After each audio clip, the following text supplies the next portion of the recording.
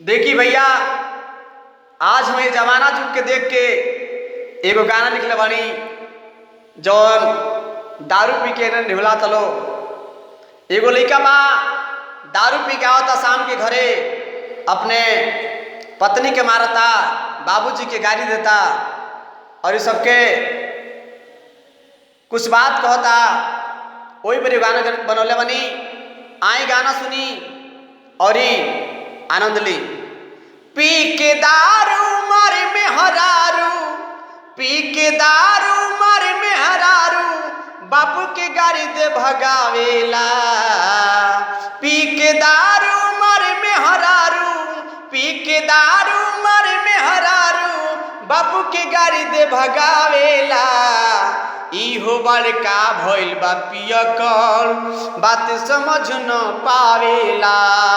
इहो बड़का भइल बा पियकर, बात समझ न पावेला। रोज रोज कहला परे, रोज रोज कहला परे जाला खिसियाई। मऊगी के मारे खूब लसराए, ओ मऊगी के मारे खूब लसराए। अपने बोले अटर पटर, अपने बोले अटर पटर, दूसरे के समझावेला।